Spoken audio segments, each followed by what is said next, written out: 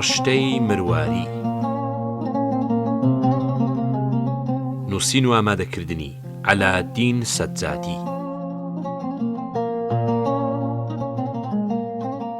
ئەم بەرهەمە لەلایەن دەستگای چاپ و بڵاوکردنەوەی کوردستانەوە چاپ کراوە.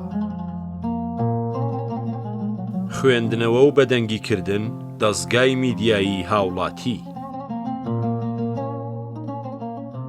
بەرگی یەکەم. قسەی نەستاق. کابرایەکی پیری دەوڵەمەند کوڕێکی هەبوو. ڕۆژێک کابرا قسەیە کرد بۆ خەڵکی ئەیوت: من هیچ ئەولادم نابوو، چوومە سەر دارشەقسەکەی بانی بنۆک، لێی پاڕامەوە، خوا ئەم کوڕەی دامێ. کوڕەکە گوێی لێبوو، ڕووی کرد بەولاوە، بە هاوڕەکانی وت: بریا منیش ئەو شەخسە مەزانی لەکوێیە، بچوومە لێی بپاڕامایەوە، باوکم زوو بمردایە.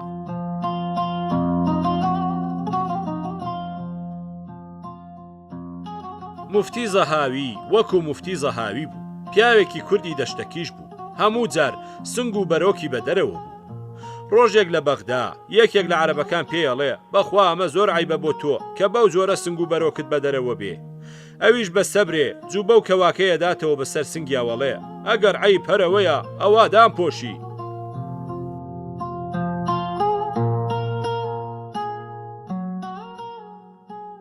جارێک موفتی زەهاوی لە بەغدا بە کاروانسەرایەکدا تێپەڕێ.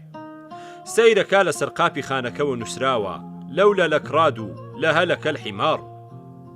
ئەمیش لە ژێریان نووسێ: لەولانا لە هەلەکتۆ.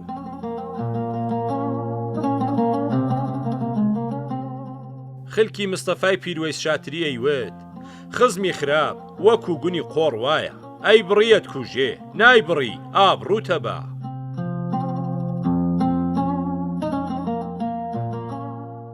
کامل چادرچی لە بەغدا بۆی گێڕامەوە وتی: لە ساڵی 1949دا بوومە لەرزەیەک لە بەغدا پەیدا بوو.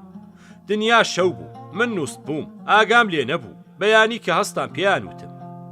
لە هەر کەسم مەپرسی هەر یەکە قسەیەکی یەکرد. یەکێیوت تەنیا 2 دەقیقە بوو، یەکێگەیوت 5 دەقیقە بوو، قسەیەکی ساغم دەست نەکەوت. وتی پیاوێکی کوردمان لابوو، لەوم پرسی، وتی تۆزێ سەری داخست و لە پاشا سەری بەرز کردەوە، وتی جگەرەیەک هەڵگرە، نەفەسێکی لێدە و نەفەسەکە بدەرە دواوە. هەرەوەندە بوو. کامل وتی لە قسەی ئەو کابرایە پوختەتر نەمبیست بوو.